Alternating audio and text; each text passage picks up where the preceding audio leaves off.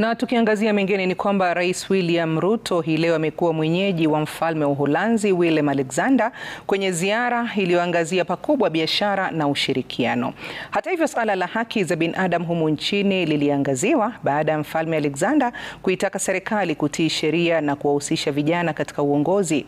Hii ni baada ya vijana mitandaoni kutuma maombi kumtaka mfalme huyo kususia ziara humu nchini kutokana na utekaji nyara wa vijana.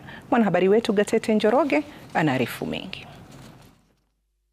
Your Majesty, good morning and welcome to Kenya. See you again. Thank you very much. Ziara rasmi ya mfalme wa Uholanzi Willem Alexander ilianza katika ikulu ya Nairobi. Hapa mfalme akipata heshima za juu kwa kupigiwa mizinga 21. Kisha ikawa ni fursa ya kujadili ushirikiano kati ya mataifa haya mawili. Mikataba mitatu ya ushirikiano na kuimarisha biashara ikitiwa saini mbele ya mfalme Alexander na Rais William Ruto. Ziara hii ilijiri licha ya kuwepo na tetesi kutoka kwa mamia ya vijana ambao mwezi Januari walituma maombi wakimtaka mfalme Alexander kususia kuzuru Kenya, wakidai ukiukaji wa haki za kibinadamu kutokana na visa vya utekaji nyara, swala ambalo mfalme aligusia na kutaka serikali kuzingatia. The people of Kenya, like those of the Netherlands, want their rights as free citizens to be respected and their voices to be heard. I'm pleased that our country's strong and mature relationship allows us to devote attention during this visit to issues like human rights, good governance and accountability. Kiongozi huyo wa Uholanzi akisema atapata fursa ya kutangamana na vijana na kuwasikiza.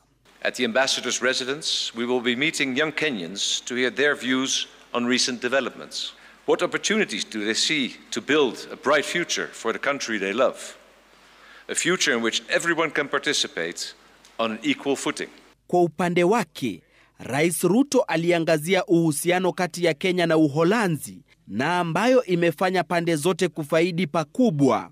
Our nations share a strategic partnership dating back to 1964.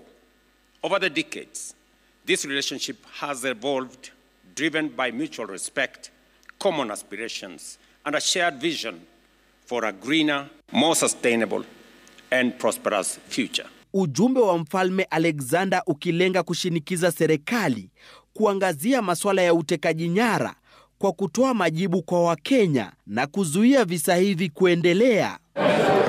Zaidi ya wawekezaji 150 kutoka kampuni 50 za Uholanzi pia wako nchini kutafuta nafasi za uwekezaji, wakilenga sekta za kilimo na maji. Gatete Njoroge, Runinga ya Citizen.